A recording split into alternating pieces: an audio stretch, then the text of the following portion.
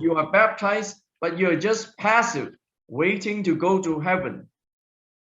Ikaduha pod nga paagi nga pwede na ka diha o nga naluwas ka man, nabautismohan pero walay pananahon, passive. This is the majority of Christians.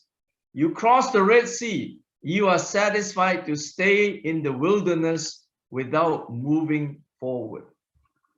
Mao kini ang kadaghanan sa mga Kristohanon karon na naluwas na apan nagpabilin lang sa kamingawan nga walay tinguha para sa pag-abanti sa unahan. But there were some among the second generation who had a vision. They were like Joshua and Caleb. They saw what God wanted.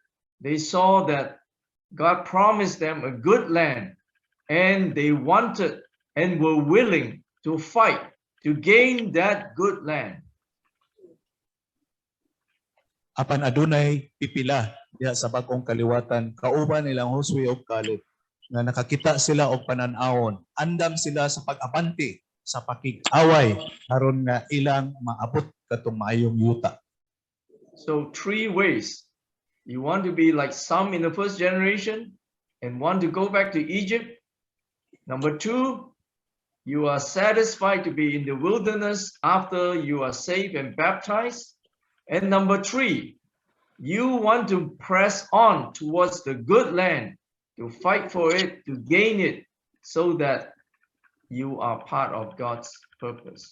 So tulo kini ka pagpili adto baka atong usa unang generation nga gustong mobalik ngadto sa Ehipto, o ang ikaduha katong naluwas na apan natagbaw na lang nga magpabilin diha sa kamingawan walay tinguha sa pag-abanti, or ikatulo ikaduhang kaliwatan na nagatinguha sa pag-abanti pakig-away aron maangton ang maayong yuta alang sa pagtuman sa plano sa Dios.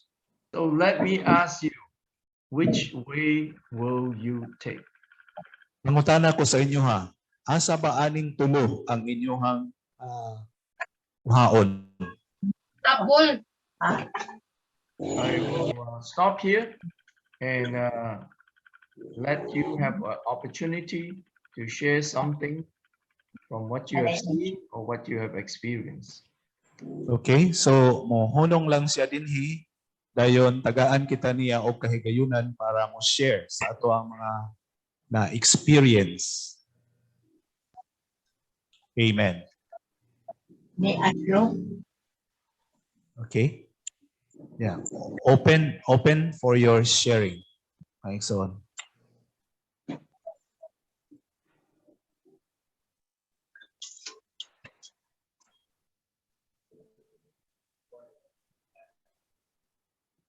Amen. Sharing na. Say ko share. Una, say. Oh, diri okay. Diri sa microphone. Datuan.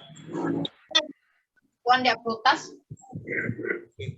Sunod-sunod mga ison ha. Dili na to usikan atong oras. Lord, Share. katong unang generation, Dios mo mga sila sa dagat, sa mapulang dagat, naluwas sila. Niya ang tinguha unta, kinahanglan nga magpadayon. Yeah. Magpaabot kang Moises, aron sila mga luwas. Praise the Lord. Amen. Ang ikaduha, ang naluwas nga, alang nako naluwas, kinahanglan, dunay pananawon. Dunay pananawon nga, ako naluwas, tinuod yun nga naluwas. Aron makakabot sa kaluwasan nga ihatag sa Ginoo. Ang ikatulo, doon na ba ko'y interest? Interest nga makabanti. Kinanglan nga mo abanti gyud. Dili Amen. nga ingon dili nga ingon nga pundok kun dili mag-abanti para makakabot ba makaabot sa destinasyon nga alang sa ginharian. Praise the Lord. Sa Amen. pinianan sa Dios. Praise the Lord. Mura na mga igsoon kay akong nakita kinahanglan gyud nga magpadayon. makakita sa kaluwasan nga ihatag sa Dios. Amen. Amen.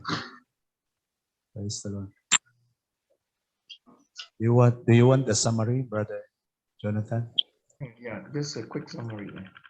Yeah, she said that she wanted to take the third ways, the third way, that is coming out from Egypt and then into the wilderness. But not only that, we have to go on, pursue, Amen. fight to gain the good land. Amen. Okay. Amen. Thank you. Amen. Sige, sunod. O, gikan sa ubang lokalidad, mga igsuon. Raise up, young people. Go ahead. Amen. We are the Lord's army. Amen. Be quick, active. No? Dili mag-passive. Amen. Sige na, come on. Young people, go ahead. Ayaw mo pag tinigulang. Share.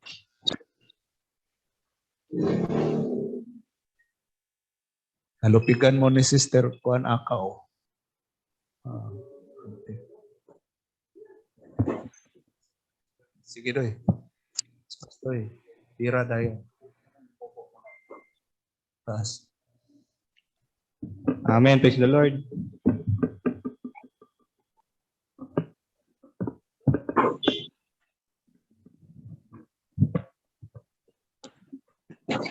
Natandog ko aning gi-share sa Taigson ba about aning ang kahimtang sa mga Israelita sa wilderness for 40 years. So makita gid nato no na daghan kayo og problema, daghan kay sila na-encounter na problems for 40 years. Then mapangutan na kay Moses nganong mahitabo ni nganong naglisod ni anong nahitabo ni Samua, nganong nagsuffer pa man mi ani na namon tay Egypt na balag maulipon na lang at least ipapagkaon. So sa modern Christian mo ni ang mapil na ko napagyapo ko sa wilderness kay daghan tigug kog lesson na matun-an gyud academic, spiritual, kay kung i-sum up ginawtanan kulang pa gyud, need pa gyud og lesson, need pa gyud og kanang matagam pa ba para lang maka-enlighten ko na dapat kailangan ko mo pursue gyud para sa Ginoo. Kailangan ko nako ibuhaton ang tanan para sa Ginoo bisan pa na naglisod, bisan pa man sa kayahay. Imagine gud sa wilderness na walang-wala ka usa may buhaton ninyo dito na puro raman ka-deserto, nangyasanan yung mana lang o katong ang tubig pa gyud Israel kayo. So ang ato ang as a young people need you nato to grow up. Dili ta magpabilin na dita pilion na tong first way na pilion na tong Egypt bahala gayahay, balang mahimot ang ulipon, then dili pud ta makontento sa second way na yes, Christian ako, then okay na. Dapat need ko nato i-pursue as a Christian, especially young pa kay dagan pagid kitag mabuhat gyud sa atong life, especially sa pag-alagad sa Ginoo. Amen. Yeah, the usual attitude of most Christians nowadays, whenever they encounter problems, troubles, they try to find out that they have a bitter situation in the world, so they want to go back. But as young people, we need to have the attitude to pursue. Sometimes we have to learn some lessons. We have a lot of lessons to learn, but we have to have this attitude of going forward. Amen.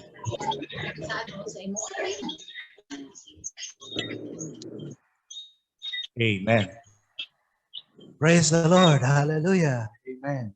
Amen. Bless the Oo. Lord, mga igsoon.